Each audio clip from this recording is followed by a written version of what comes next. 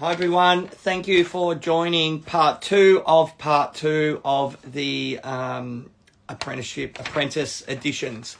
So now we have another interesting one. We've got two artists that I work with together at Little Tokyo at different stages of their career. We've got Cole Dawson, who has been tattooing for I think it's 10 or 12 years and started out in rural New South Wales in Dubbo. And then we've got Mitch Oscar, who I think has been tattooing under 2 years. Comes from a university background of design and you know, has a really, what's the word? Yeah, just a total different way of entering the business sort of thing. So I'm just going to send you guys some requests now, and I will enter you. You can both sort of come into the room. So I just sent you one out, Mitch.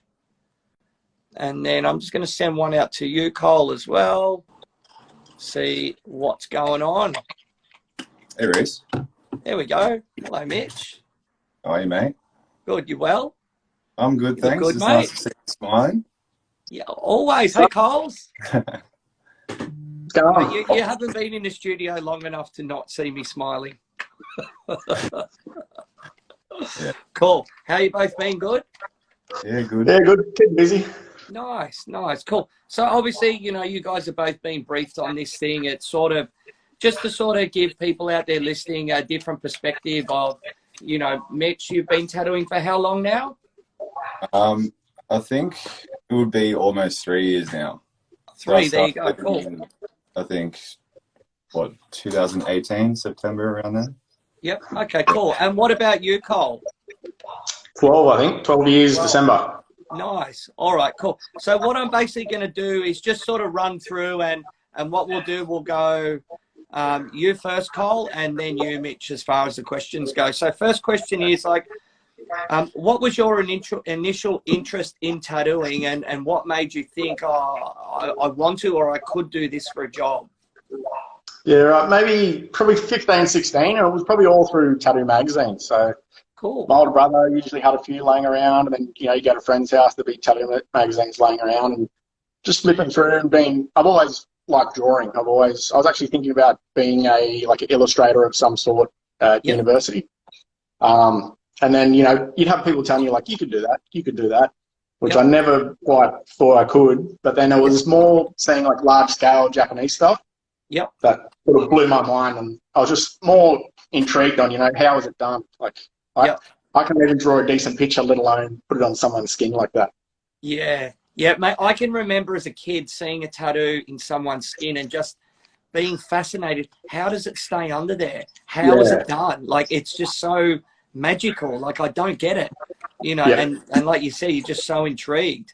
So I can imagine being out in Dubbo, you didn't see that much large-scale Japanese work walking around the streets back then? None at all. It was still like Dubbo's kind of, I felt like, was behind everything by at least another sort of 5 to 10 years. So still the only guys that had large scale tattoos were the rough crowd that you would see hanging out at the pub during, you know, midday, that kind of stuff. Classics. That was about it. Yeah, cool. So we had the younger generation that would get, you know, your little, like a little tribal scorpion or a smaller piece like that. Yeah, cool. So with you, Mitch, like the same question to you, like what was your interest in tattoos and how did it come up? You think, oh, well, I can do this for a job. I was always like artistic growing up, but I used to watch Miami Ink, and I ended up visiting Love Hate Studio in Miami when I was like 15, and I was trying to get into the door, but they wouldn't let me. Wow. Is it? I've never been there. I've heard it's quite small. Would that be fair to say? From memory, yeah, it wasn't like a big lavish shop or anything. It was just like a regular street shop. But I remember like looking through the windows of that and like, you know, seeing all the artists there and just seeing like that was the first time I was actually able to see tattooing like in the flesh, even though it was behind glass. And I just thought it was pretty mad. Yeah, cool. I did graphic design as like my first profession, but I never liked it. And then I guess I just sort of questioned what I wanted to do for a living, and I really preferred drawing over design. And then took my little black book of like, you know, small walk-in sort of sketches like around the tattoo convention. I'm going to stop you. You're jumping ahead to my next question. So, did you have any tattoos at this stage? Me first or Mitch? No, Mitch on this one. Sorry. At the stage when I was like trying to actually get into tattooing. Yeah. Yeah, I had like 3. Okay, but cool. they were all small black walk-ins stuff. Yeah, you know? cool. All right. And what about you, Cole? You had a few tattoos, and before you started tattooing? I first was hanging around tattoo studios trying to get a job. Maybe about 17. I didn't have any tattoos, and just getting told to fuck off, and you know. Yeah, tell us about your entry, because this is back in Dublin. I imagine there's one shop. There was 2 studios. So one was an actual tattoo studio, and the other one was a sex store with a tattooer hanging out in the back. So you were obviously in the second one. Hanging out in the sex one, yeah. So went over to because my actual bus going to school used to go past it every day. So then I knew where it was, and I went over in there one time with one of my friends, and he went out front, and I went in and sort of just asked just some general questions, and the guy just wouldn't even look me in the eye, just like, fuck off, get out of here. So walked out. But then I went to Newcastle, and I remember I was in Newcastle for a couple of weeks, and I went to every tattoo studio I could find pretty much in like the downtown sort of city area. Yep. And same thing. Some people were a bit nicer than the others, but most of them were go back to school, you know, tattooing's shit. It's a shit job. Your drawings are shit. I had one guy say, oh, you know, look, these drawings, you wouldn't put them on anyone, but at least they're original, you know. I can tell you haven't just ripped them off out of a magazine. So there was that. But then it wasn't until I was about 19 that I actually got my first tattoo, and that's when I started really getting, I guess that was the foot in the door, you know, getting tattooed there. So when you were in Newcastle, how old were you then, if they're saying to you, go back to school? Yeah, I think I would have been 17. Yep. Okay, cool. Yep. So I'd left school. I had a job in Dubbo for a little bit, and then I quit that and went to Newcastle. And yeah, that's all like, they're like, go back to school or go to uni or something like that. You know, this is an industry for young kids. Yeah. Yeah, fair enough. Hey, out of curiosity, what was your first tattoo and who did it for you? So it was a koi half sleeve, and it was done by a guy named Paul Blackwell. And it's funny, the reference I took in was one of the pictures that initially had me just so drawn to tattooing. And it's a really famous sleeve Horiyoshi's done of like a red koi with just cherry blossoms, like hundreds and hundreds of cherry blossoms. So I took that in as reference and sort of went from there. Cool. And then I imagine, is that when the door sort of opened for you, as far as you met someone you could chat to and you were getting some feedback? Yeah, Paulie was like a really cool guy, really laid back, but he wouldn't blow smoke up your ass. He wouldn't sort of tell you like, yeah, you can do it, blah, blah, blah. He'd just sort of, while he was tattooing me, he'd ask me a few sort of questions, and then he'd look at some drawings that I bring and say, all right, next session you come in, can you draw me, you know, 5 new designs, but I want you to do this and that, you know, certain colors or certain things. And I'd bring him in, and same thing, he wouldn't say, oh, wow. He'd just be like, all right, cool. Just sort of seeing what I was going to do, or if I was even going to do it. Yeah, I can imagine. Well, my view, like, I imagine your feelings were like, oh, yes, you know, the door's opening, but now I've got to do this, and, you know, and I hope he sort of likes them. I think it's one of those things where I've always never hyped myself up before it's actually happened. Like, sort of, you know, not counting your chickens before they hatch. Yep. So I've always like, oh, you know, I'll just give it a try. You know, worst case scenario, you're going to tell me to fuck off. But he sort of, at the end of the sessions, got towards the last session, he said, oh, look, you know, here's the thing, I'm going to be moving. So this studio is going to need another tattooer, and no one's going to move to Dubbo. I think this is a chance to maybe get into it. And he didn't, you know, he didn't say, like, oh, you know, let's go talk to the boss. He just said, you got to do all this on your own, you know, like. So I came in again on another day while he wasn't there, and sort of talked to the boss then, and that was the real sort of foot in the door. Yeah, cool. So when that started, sorry, I'll go on to Mitch now and then come back to you. So how did you end up getting your apprenticeship, Mitch? You were saying before you had your little portfolio and you were starting to go around studios. I actually tried like walking around the Sydney Tattoo Convention asking for feedback and possibilities of apprenticeships, but a lot of fuck offs and not good enoughs. And I'm so surprised you weren't met with open arms in an environment like that. Yeah, I know, right? Yeah, but yeah, I got a pretty underwhelming response at the time for what I thought I was maybe capable of, and looking back at it now, it's probably justified. But I ended up going around a couple of shops, and ended up getting an apprenticeship at Ink Arcade in Cronulla. Cool. But I just walked in, and everyone was pretty friendly there, and I just spoke to Moses, and he said that I had like a month trial to sort of prove if I was good enough, and yeah, sort of went from there. Okay, cool. All right, so back to you now, Cole. What was some of like the initial duties of you tattooing, and what was like the training of you to getting you up onto skin? Not much. So obviously the first, just hanging around the shop was what I was allowed to do. So it was just cleaning, answering the phone, getting lunch. Yeah. The guys, I was getting actually $100 a week to keep everything in line. Extravagant. So that was really good. I'd had a lot of money saved from my other job, and I was living at home, so I didn't really have a big expenses or anything like that. Yeah. But then as it came to tattooing, it was like, all right, you can watch us, but don't ask too many questions. It was kind of like, we'll show you some things, but you still got to figure it out on your own. Yep. So they did teach me how to make needles, which was something that was really cool. Yep. But when it came to machines, no one really knew anything about tuning machines or any of that. I imagine back then still everyone's on coils. Yeah, it was all coils. Pre-made needles and stuff were like the new sort of thing. Like a couple of the guys there were starting to buy those. Yep. But it was pretty hard to get. Like it wasn't. Yeah. I don't think ProTap might have been just kicking off. Yep. Yeah. So it'd be fair to say you've scrubbed your fair share of tubes over the years. Everyone's tubed, yeah. All right. So Mitch, now what was your training into into it as well? Like similar to Cole?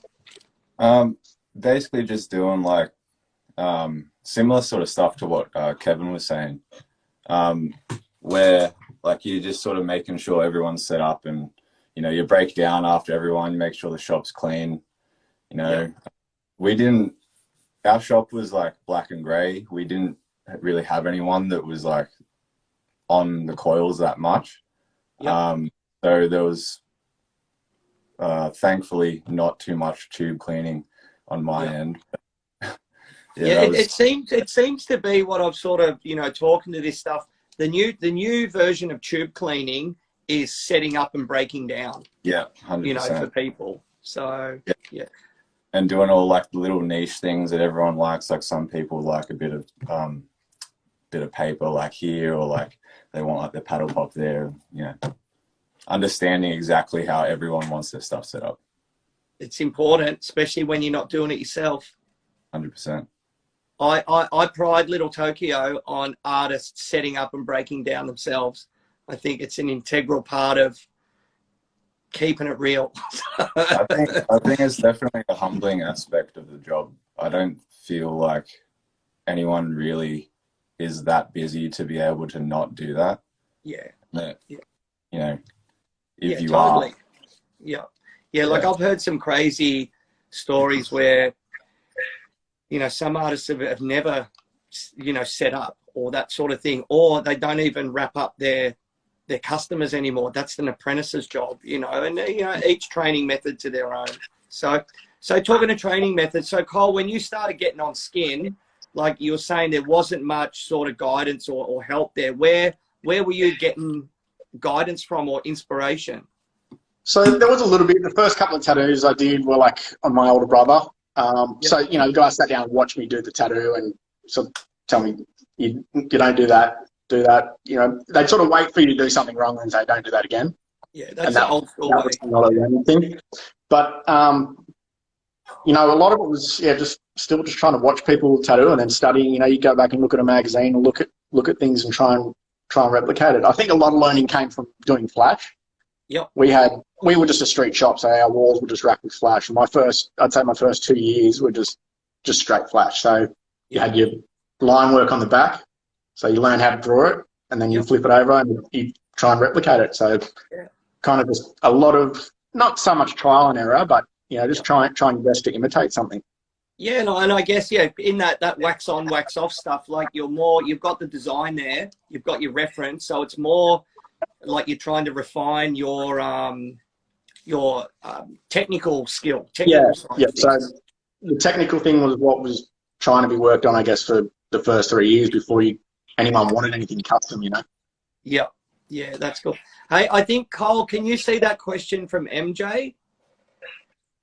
He's gone. I heard Cole uses strawberry flavored lubricant to mix grey wash in order to make it as smooth and sexy and humanly possible. Oh, is this true? I have to come and get tattooed to find out. True. I have seen him use. I have seen Cole. I have seen you use little sushi bottles, the little fish. Sushi, yeah. Soy sauce. Yeah, soy sauce. Sorry, yeah, soy sauce. Authentic. Cool.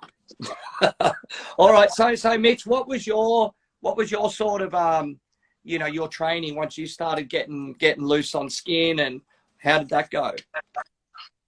So I started off tattooing mates for free in the shop, of course, and then eventually worked my way up to being able to do walk-ins. But I think for the first year and a half of tattooing, it was just solid walk-in stuff, fine line script, like waves or infinity symbols, stuff like that.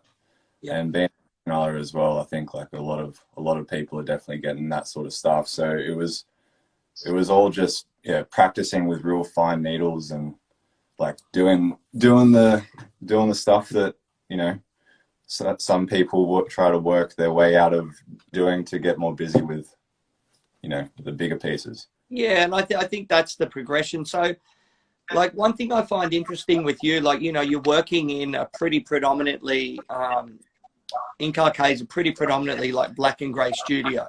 Yeah. So were you in the progression side of things, were you starting to get like black and grey bangers and then slowly moving up as well? Yeah, slowly. It was more dependent on the kind of flash that I put out, and just trying to sort of open up doors with clients and friends to see if anyone would be interested in letting me do that. Yeah.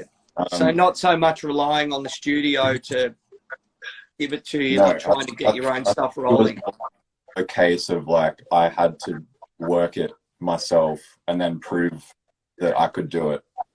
And then once I earned that trust through the studio, they would start giving me more of that work. But I think the easiest way for me was to just do like freebies on my mates, regardless of what style of tattoo it was. Just to show the capability was there, because obviously the studio is putting a lot of faith into me, and they don't want me making mistakes on clients that don't necessarily know who I am. Were you getting guidance from the crew there, like obviously giving you some pointers here and there, like?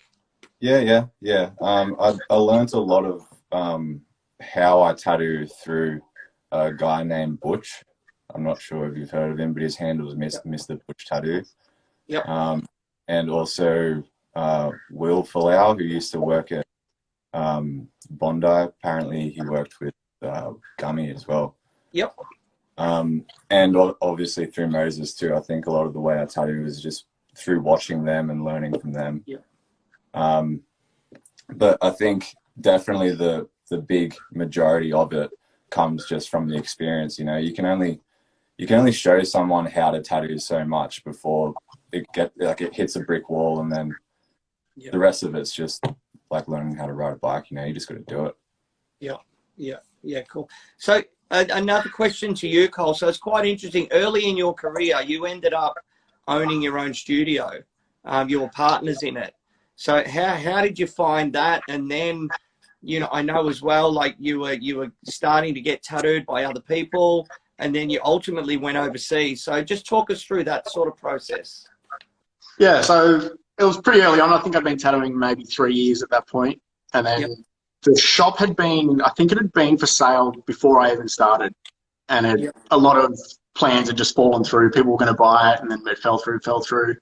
And then I think out of spite, the boss asked me to buy it to get back at one of the other guys, and I just sort of turned around and said to the other guy, well, fuck it, I'll buy it and you'll just go halves with me. Yeah, cool. So we ended up buying it because it's either that or, you know, what we're going to do. There's no other studio to go to. So we bought that, and then that's when I sort of started traveling, and I had a little bit more freedom because I wasn't expected to kind of like be the slave at the shop, you know. I could plan things my own way. So that's when I started traveling and getting tattooed by people that I thought were just amazing artists. You know, I went over to Japan, I think that was in 2012, and got tattooed by a guy named Genko, and that was probably the first real tattoo I got where, you know, the guy sort of planned it all out, drew it on me. I watched him set everything up. I could see everything he'd done was kind of like handmade, and he was a real craftsman, not just the, you know, walk in, what do you want, sit down, shut up. So going back to Dubbo, sort of, I guess I tried to take some of that with me, and, you know, started buying new machines and trying to experiment a little bit more, trying to create newer styles of the way I would draw things. And that sort of came with the guys I work with as well. You know, some of them were on it and some of them weren't, but you know, I'd buy a new machine, some guys want to try it out, and then they go, oh fuck, you know, this thing I've been using for the last 5 years sucks. Why is it? Oh, okay, it's worn out, it's ruined, I don't know how to repair it. And then cool.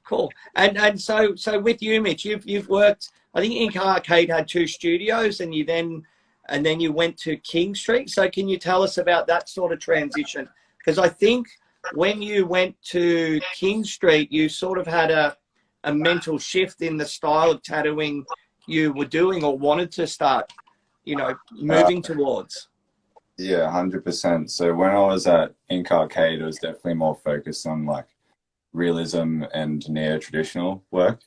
But moving to King Street, like Logan was the one that sort of opened the door to me for me for that, and he actually showed me quite a lot about like tattooing history and like the source imagery of where things come from, and it kind of blew my mind a bit because I'd been spending probably like 2.5 years, you know, looking at Instagram and being like, how do I, you know, go from here to here? And I just can't like work out where to look at or like what these guys are looking at. And you know, him and Duncan were very, very generous and like sharing their knowledge on tattooing with me. And I guess once you sort of open that door, you know, and you go down the whole rabbit hole of like tattooing history and why things are the way they, you know, why designs are the way they are and why people do certain things basically for the longevity of the tattoo for the, you know, the lifetime of the body. It just makes sense to, if you want to do a good tattoo, make sure that, you know, the tattoo looks good for the entirety of its lifetime. And I think that with the values in traditional, whether it's Western traditional or Japanese or, you know, Pacific, like Amoko on that,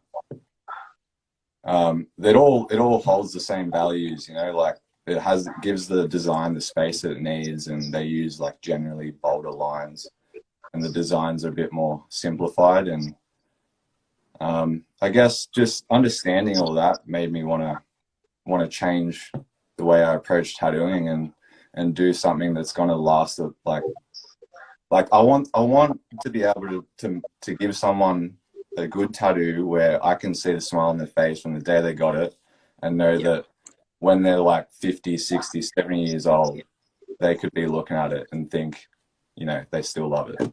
Yeah, cool. Here's an interesting question, because, you know, you come from a different generation of both Cole and I, but, you know, you've got, you know, an educated background. You know, you started off doing the realism stuff, which it would be fair to say is probably like the most popular style of tattooing in the world right now. And it is amazing, like the level of skill involved and you know, replication and that sort of thing is phenomenal. So what does like traditional stuff, even though you're working from, you know, reference and that sort of thing. Does it give you a little bit more freedom to show your own creativity? Absolutely. I think with realism, like if I was to do a traditional tattoo versus if I was to do a realistic tattoo, I feel I would feel more satisfied after doing a traditional tattoo because it's a creation of my own. Even though I am referencing something, yeah, I'm taking, you know, bits and pieces. It's like a puzzle piece. You take a bit from here, a bit from here, sort of throw your own flavor on it, yeah, and then you get your final design, and then that's the tattoo, and you know exactly how it's meant to look. Whereas like with realism, it's taking images from here and there, and it's kind of similar in that aspect, but it's not fully your own. And I feel like traditional tattooing, it definitely feels that, at least for me, you know? Yeah, cool. So with you now, Cole, like over the years, you've tattooed everything, and you know, you now pretty much do predominantly Japanese style. So what was your progress towards that? Because I know you worked in Canada with Jeff Tam at Monkey King. You know, you'd already gotten tattooed by Genko, you know, Ross Byfield, by, you know, Bish, all these sort of people that are doing that sort of stuff. Why did you gravitate more towards the Japanese style than others? It was always there since the start. That was the thing that had me so interested in tattooing. Yeah. But yeah, then being a tattooer was even more captivating once you were allowed into the circle. You want to do everything. But I didn't have as many opportunities in Dubbo, I guess. It was kind of like that sort of small community where no one wanted to be the first to get something that no one else had. Yeah. So I did end up getting, you know, I think I did one back piece out of there. It was like a dragon back piece. Every now and then I get a half sleeve or something, which was really cool to do. But it was a lot of just me just trying to redraw it, stick it on the wall, and hope that someone would sort of get it. Yeah. And then when I went to Canada, I had a portfolio, and a lot of it was sort of half done, half finished Japanese pieces. Yeah. But I guess that was sort of just enough for someone like Jeff, who his shop specialised in Oriental tattooing. Yeah. And that was just enough for him to sort of maybe see something in me and say, all right, yeah, cool. He gave me a job, and he taught me a lot about, you know, what I was trying to draw, what I was trying to achieve. He'd sort of teach me the history of a few things or why things had to be a certain way. And as sort of Mick was saying, before you don't understand why things are, you're just trying to replicate or imitate, and you end up doing it the wrong way. And then, you know, these guys explain it to you and it makes sense. And then things just start to click. And I think Japanese tattooing for me really started to take off. And I had a lot to do with portfolio, and then people, they trust you more, you know. They like, fuck, this guy knows what he's on about. He's done his research. He understands it. And I imagine all of that, as your portfolio's growing, it's easier for Jeff to, oh, look, don't worry about waiting for me. Go get tattooed by Cole. He's awesome. And I imagine that. Yeah, that's pretty much exactly sort of how it worked. You know, you had a massive sort of waiting list, and then the better my pieces got, the more people, you know, they didn't mind. Sort of, oh, cool, I'll get tattooed by this guy. His work's really good as well. Yeah, cool. Yeah, it's really interesting to hear both your, you know, they're like, there's like 10 years apart, but they're totally different of how things have come into it. So with you, Mitch, like now you're pretty much wanting to go down the traditional road, I imagine, full time. Would that be fair to say? I'm always happy to do any type of tattoo. Yeah. But I definitely prefer to do traditional tattoos. Yeah. But yeah, 100%, definitely trying to aim towards doing more trad. I mean, the more I do it, the faster I'm going to get better at it. So fingers crossed. And one thing I've enjoyed is since you've started working at the studio, you know, the three of us will chat about things and others as well quite, you know, regularly. And it's been interesting, Mitch, to see your growth. And, you know, I'd say you're a lot more productive with your time now. And, you know, your painting skills have like shot right up, and it's cool to see you doing collabs. So, you know, I really think when we get back, you'll be one of the people that hit the ground running. Yeah, thank you very much. I mean, like, I've never painted this much before. Yeah, it's cool. And Cole as well. Like, you know, we've worked together, what, 4-ish years, 4+ years now? Yeah, we're getting close to 4 now. Yeah, and like, you know, from when you came and started, you were still doing anything and everything. Yeah. Remember that crazy, that backpacker had that dream of, I want this and that, I want a didgeridoo and something else, and a spaceship and a mountain scene, and mate, you nailed it. Yeah, you nailed it. So, but you know, it's really cool, and your work has changed so much in those, you know, those 4 odd years from when you left Jeff's. And it's really cool to see you're on. I think you're on definitely the right path, and you've been doing a hell of a lot of painting this lockdown as well. Yeah, well, I'd never done a painting until the first lockdown, and for what 8, 9 years before, I kept saying, I want to paint, I want to paint, I want to paint, and then that was the biggest sort of spotlight. Then it was like, if you don't do it now, you're never ever going to do it. So. Yeah. How have you found it? Like, I imagine, you know, you probably had some good interaction from customers, that sort of thing. Yeah, I still get a lot of people that sort of asking if they're for sale, or, you know, can I do something? Like, I did one for Mitch for a swap, which was really cool. I'm still just trying to collect stuff for myself, because I think last lockdown I did 10 paintings and I sold them all, so I had nothing left at the end. I was like, no, back to square one. Yeah, some of them I didn't even get pictures of.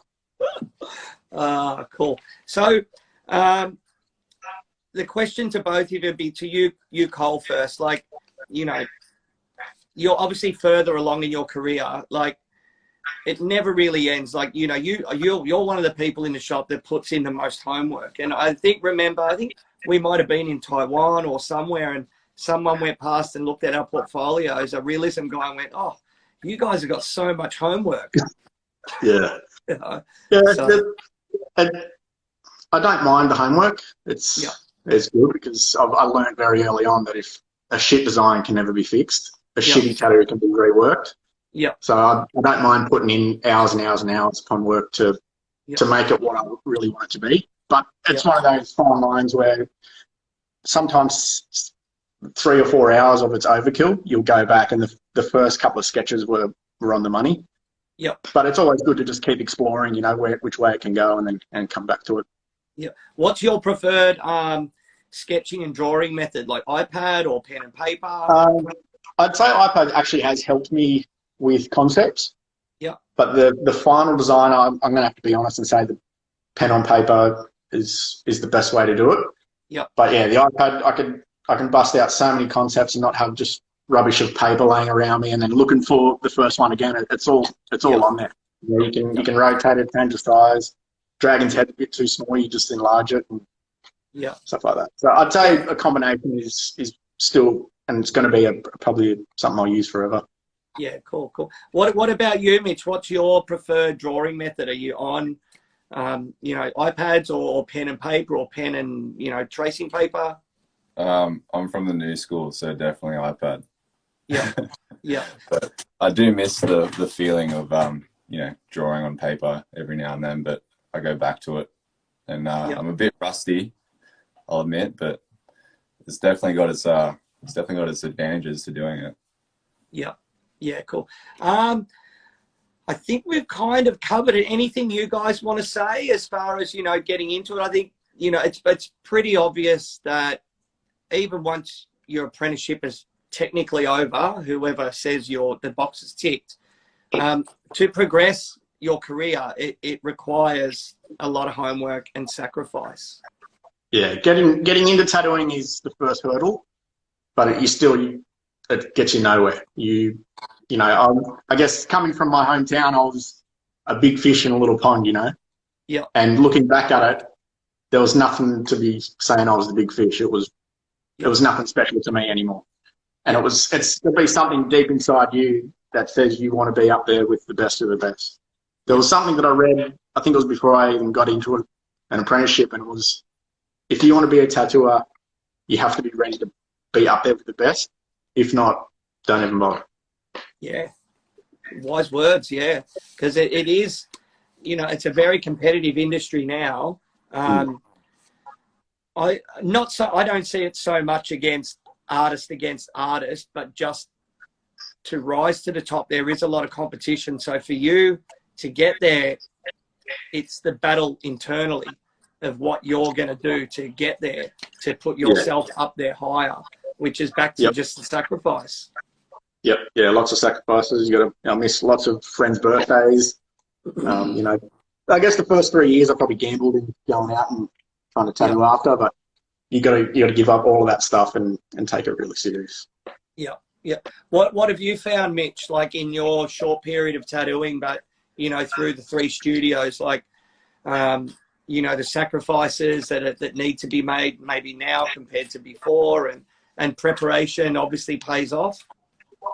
Definitely through my apprenticeship, I sacrificed a lot of my social life.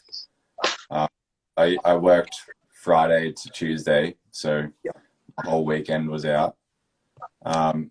And there's definitely a lot of self-motivation involved, I think, that doesn't really get talked about, especially if you're in the beginning and you're maybe not in a shop where you're surrounded by people who have the same level of motivation as you. It's definitely something where, like, you know, you've got to just keep pushing, and it all comes down to how much you want to get out of tattooing. Like, if you're happy just to, you know, sit in a walk-in shop, that's cool, you know, and just bang out walk-ins for your entire life, that's cool. But if you want to, you know, be doing bigger custom pieces, you have to spend the time, you know, refining your skills and understanding how to compose these tattoo designs to fit the body, and then really refine your style as well. Yeah, it was interesting talking to Kevin and Jason, his brother, earlier. Like, you know, they still live at home together. You know, Jason's a year and a half ahead of Kevin. They've both got the passion. They draw together. They do everything together. So they've got that motivation at home, and I'm sure they get it from the people they work with at the shop. So one thing I've enjoyed of just us 3 now that we're on, you know, talking together, is like, Mitch, when you came and started working, like, you know, you'd be asking questions, and then I have to think of an answer, but also how to explain it, rather than just go, oh, that's the way you do it, rather than, you know, be a loser. So it's been good for me to relearn things in my own head and go, oh yeah, cool, that's right, and that's why you do it, and not so much take it for granted, but also learn things from your perspective. And then, you know, my way isn't always correct, and then also I'll go and talk to Cole, ask him for his perspective. So, you know, I'm sure you enjoy it as well, Cole. Yeah, it's always good. Me and Mitch, you know, even during lockdown, he's been sending me a lot of his drawings and stuff, and so the trad stuff's nothing I'm sort of well versed in, but I can give him my opinion on what I think on it, and it's kind of good for me to look at trad stuff and make me think myself, what is it about it that I think is right or good or I don't like. Basically composition and all the rest of it, because, you know, they are sort of, they do have similar characteristics as far as line weights and, you know, colors and space. Yeah, a lot of the technical aspects are similar as well in tattooing, you know. Yeah. So talking technical stuff, Cole, you said you started out on coils. What's your setup these days? It's a mix of both. I'm always, as you know, I'm always experimenting and always excited to try new machines and stuff. So still coil machines to line with, and then at the moment I'm sort of using now direct drives and almost like a Dan Cuban style machine. Those no iron machines. So yeah, something just more strong and consistent is probably a key for a lot of my sort of shading and color packing. But I still love the feeling of coil machine for lining. And for me, like, I've got to thank you from when you started, because, you know, my old wrists were weak and I've been on swash drives for years. So you were one of the people that made me start thinking, and changing things again and experimenting, and, you know, reignited the fire, so to speak, inside me. And then we went through that whole class pen, you know, all the ring and pen phase, and then, you know, interesting talking to Pino about how it heals and how it looks and the texture you want on your work. And it's been a really cool technical delve into tattooing. Yep. Yeah, a lot of it, even though you might use something and then it's not for you, but you learn so much from it. You learn so much what you like and what you don't like about the look of tattoos and how to achieve it. And Yep. Yeah, it's been really cool. So with you, Mitch, what's your setup? What are you using? Because saying obviously you started off on the pens. Yeah, I started off with a Cheyenne pen, of course. Actually, that's a lie. That was my second machine. My first machine was, what was it? It was a Corey Rogers Zephyr liner, and it punches. It's set to run like high grouping needles, and I was trying to use that for fine line, and I was trying to figure out why I was blowing out all the time. Yeah. But now I'm using Dan Cuban to line with, and that thing just goes in like butter. And then I've also got the X Rotary by the Cham the Spaniard. Yeah. For like packing and stuff. But I wanna have another go at that shag built the one. Yep. Because I see a lot of people rave on about it. And, yeah, well, I've got two, so you're more than welcome to try them when we get back to it. Hey, I've got a question here from MJ, and a serious one. He's like, Rhys and Cole, favorite ukiyo-e artist? For me would be, either Hokusai or Kuniyoshi. Probably Hokusai because of the water. What about you, Cole? mine's probably Yoshitoshi. It's a little bit more detailed, a little bit, I guess, a little bit more on the realistic sort of side. Yep. But I still have a love for all of them. But his stuff's something that always sort of strikes at me. I always pull his books out and pretty fascinated with it. Yeah, cool. And now the question to you, Mitch, is what's your favourite old boy to reference? So old school tattooer. That's a hard one, but I probably would say Bert Grimm or Owen Jensen. And I like a bit of Percy Waters as well. Yep. Nice, cool. All right, we've got a question here from Caitlin Lamb. Are you guys opening back up for October bookings? Unfortunately, this is the $1 million question that most tattoo shops are getting. So today there was some news in New South Wales that said we could be back as soon as the 11th, and then the health minister shut that down pretty straight away. We don't even know if it's the 18th. We're assuming. It all depends on vaccination rates, but then we're going to be heavily restricted. All studios are only going to be able to have a maximum of 5 artists at a time. So, so all the artists, the customers out there, just bear with us while we work through this next difficult phase. And then I believe once we get to 80%, it's a free for all. So we're back to go. So, we all, Enku's asked, are we both still using the class pen? No, I'm still lining with the swash drives or the coils, and either a shag built or coils as well, or no iron machines from Dennis. Yeah, no iron machines are probably one of the main ones to use, and then just jumping around with direct drives as well. Yeah, but Enku, when Hayward come and worked at the studio for us, it taught us about tight Japanese tattooing, like not lazy. And if you understand tight, you can see the laziness. So I think that was one of the biggest things I'd say he taught us both, from seeing his work in real life. My work definitely jumped within a week of him being there. It was just, you watch him and go, oh, fuck, okay, so there is a lot more you can do. Like when you think it's done, it's not done. There's more to be done. Yeah, cool. All right, guys, I thank you so much. Can you just let everyone out there know where you both work and what the best way to contact you both is? Go on, Mitch. Work Little Tokyo. We're all Little Tokyo, Surrey Hills. Yep, so jump in, either DM the boys or email the shop sort of thing. Yep. I just got one quick last question. Intermediate canter, is it better to focus on one particular style in a portfolio or showcase a range? I think these days, maybe better to focus in one style. I think it's going to show more direction in what you want and show that to the people you obviously want to work with.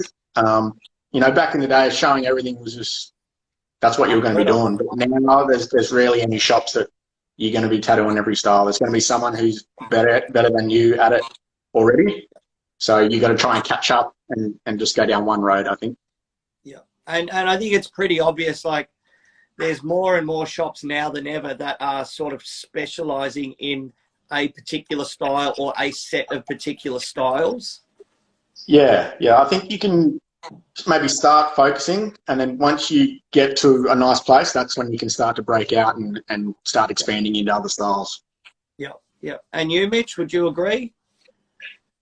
Yeah, unless you go into a walk-in shop, you definitely want an array for sure, because you're getting everything from all angles. You need to be able to do everything at least half decently. Yeah. But yeah, like Cole said, if you're going to for sure, then focus on that. You there, Mitch? Yeah, can you hear me? Yeah, just drop back in. So yeah. Yeah, cool. so like Cole said, if you're going to a shop that specializes in something, then definitely, show that you can do what the work is, like what the work there is, like there's no point otherwise. Yeah, cool. All right, I'll just say thanks to you guys. It's going to be nice to see you both in person in the next couple of weeks and all that sort of stuff, and we can get back to slinging some sweet tatties. Yep, too easy. Cool. All right, so Thanks, also Rick. tomorrow night, everyone, I've got an interesting one. I've got Chris Vaness, who runs Ironbark Studio. So he's got, he comes through probably been tattooing similar time to you, Cole. And he's gone through the street style stuff and now specializing in a beautiful, unique style. So, see you all tomorrow night at 8 o'clock. But thanks again, guys, and see everyone soon. All right. Thank you.